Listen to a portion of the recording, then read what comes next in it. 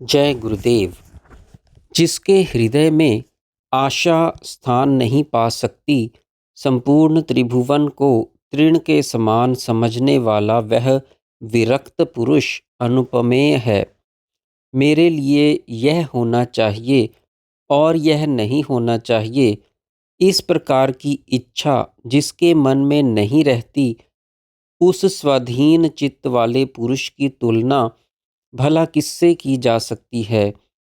इस संपूर्ण जगत का दृश्य प्रपंच परमात्म रूप ही है। यहाँ नानात्व है ही नहीं। जगत को परमात्म रूप जानकर धीर महात्मा तनिक भी खिन्न नहीं होते। तीव्र वैराग्य से वीरता को प्राप्त हुए पुरुष के हृदय से संसार को मोहित करने वाली माया ऐसे दूर भाग जाती है जैसे सिंह के पास से मृग, वह फिर कभी लौटकर नहीं आती।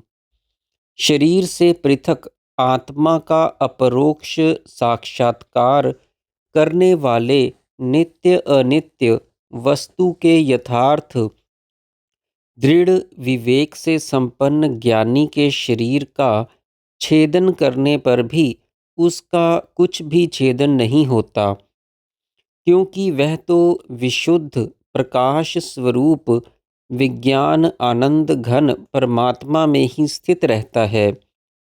विशुद्ध प्रकाश स्वरूप परमात्मा का एक बार यथार्थ ज्ञान हो जाने पर फिर वह सदा सर्वदा ही ज्ञात बना रहता है। उसका कभी भी विस्मरण नहीं होता। अपने हृदय की चित्त जड़ ग्रंथि का उच्छेद हो जाने पर फिर माया के तीनों गुणों से आत्मा का बंधन उसी प्रकार संभव नहीं है जैसे वृक्ष या बेल के डंठल से पक कर अलग हुआ फल उससे फिर कैसे भी नहीं जोड़ा जा सकता।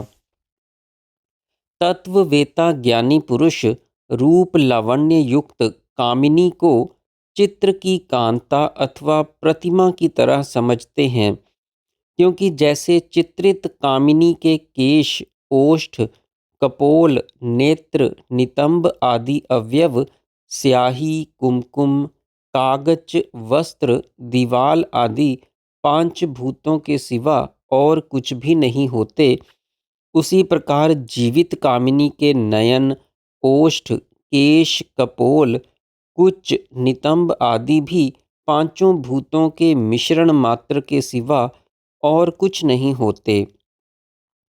इस तत्व को जानने वाले पुरुष में कांता के उपभोग में आसक्ति या आग्रह कैसे हो सकता है।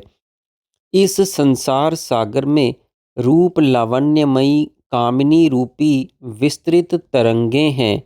इन स्त्री रूपी तरंगों की शोभा होंठ रूपी पद्मराग मणि, नेत्र रूपी नीलकमल, स्मित रूपी फेन, दांत रूपी प्रफुल्लित पुष्प, केश रूपी नीलमणियों से सुसज्जित हैं और भौह विलास रूपी मलय से आंदोलित, नितंब रूपी पुलिनों से युक्त, कंठ रूपी शंखों से विभूषित, ललाट रूपी मणियों से सुशोभित, विलास रूपी ग्राहों से संकुल, कटाक्ष चपलता के कारण अति गहन तथा देह कांति सुवर्णा बालुका से पूर्ण है।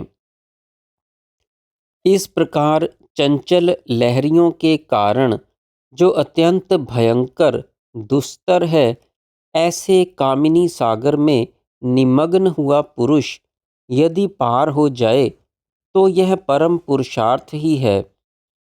घूमते हुए रथ के पहिए की नेमी का आश्रय चींटी, कीड़े आदि जंतुओं के नीचे गिरने और पिसकर मरने का ही कारण बनता है।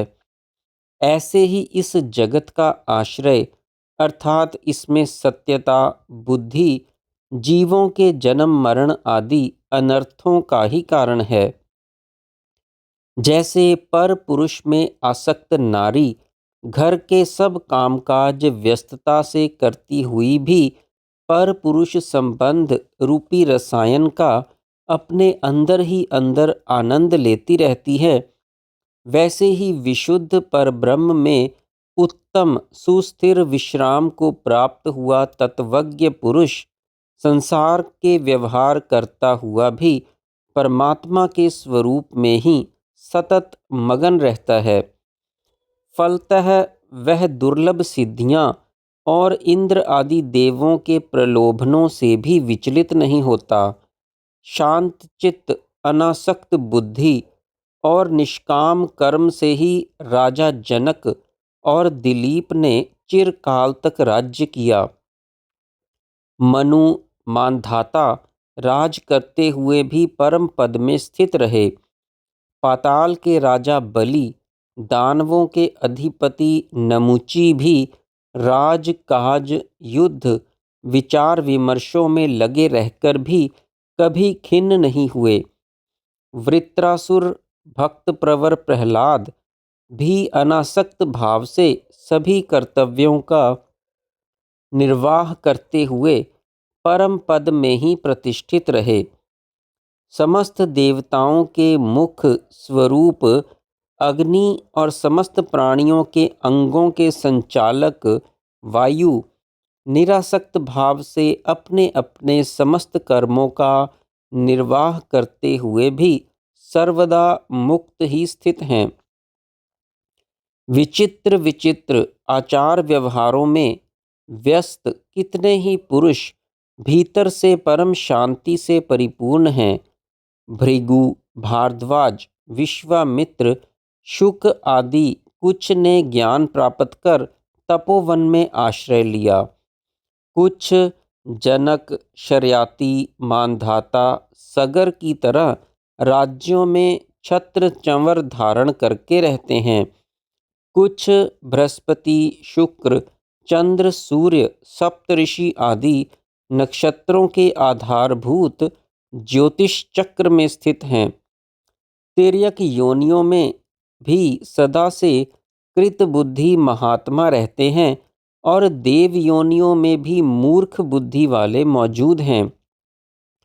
कुछ तामसी मूढ़ बुद्धि मोह में निमग्न पत्थर के सदृश बने रहते हैं।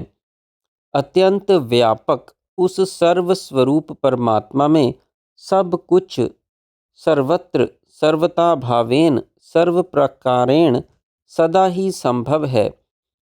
यह जगत ब्रह्म से उत्पन्न होता है, अविवेक से स्थिर रहता है और परमात्मा के ज्ञान से निश्चय ही प्रशांत हो जाता है।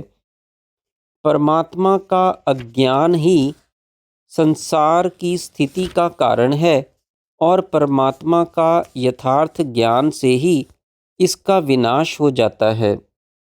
पदार्थों तथा विषयों के असंग अर्थात परम वैराग्य से जो मन की शांति होती है वही विमुक्तता है। यह विमुक्तता देह के रहते हुए भी और देहावसान होने पर भी होती है। विषय आसक्ति तथा विषय रस से रहित जीवन मुक्त और विषय आसक्त बद्ध कहलाता है। इन दोनों से भिन्न तीसरा तो देह त्याग के बाद ब्रह्म में विलीन हो जाता है। वह विदेही तो मुक्त है ही। इसलिए मनुष्य को युक्ति और प्रयत्न पुरुषार्थ पूर्वक मुक्ति के लिए साधन करना चाहिए। युक्ति और प्रयत्न के बिना तो गौखुर भी नहीं लांघा जाता। सम्यक ज्ञान रूपी अग्नि से जिसके शंका, संदेह, भ्रम रूपी पाश जाल भस्म हो गए हैं, उस तत्वज्ञ महात्मा ने समस्त जगत के स्वरूप भूत अद्वितीय परमात्म रूप यथार्थ वस्तु को भली भांति जान लिया है। वह ज्ञानी सोता हुआ भी आत्मज्ञान में जागता रहता है और जागता हुआ भी संसार में निःस्पृह उपरत हुआ सोया रहता है।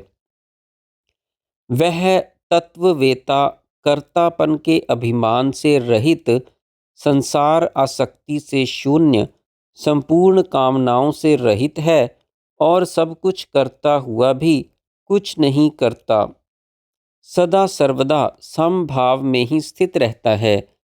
सूर्य अति शीतल, चंद्रमा अति उत्तप्त, अग्नि अधोमुख प्रज्वलित होने आदि जैसे विपरीत असंभव घटनाओं से भी उसे कोई आश्चर्य नहीं होता, क्योंकि वह तत्वविद जानता है कि सर्वशक्तिमय चिन्मय परब्रह्म परमात्मा की ये असीम माया शक्तियाँ ही हैं इस प्रकार प्रफुल्लित होती हैं। इसलिए आश्चर्य समूहों से भी उन्हें आश्चर्य नहीं होता।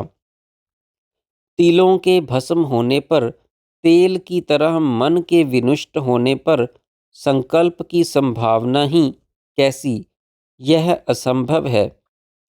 चित्त नाश के शास्त्रों में दो उपाय बताए गए हैं, योग और ज्ञान। चित्त वृत्तियों का निरोध योग है और परमात्मा का यथार्थ अपरोक्ष साक्षात्कार ज्ञान है। जय गुरुदेव।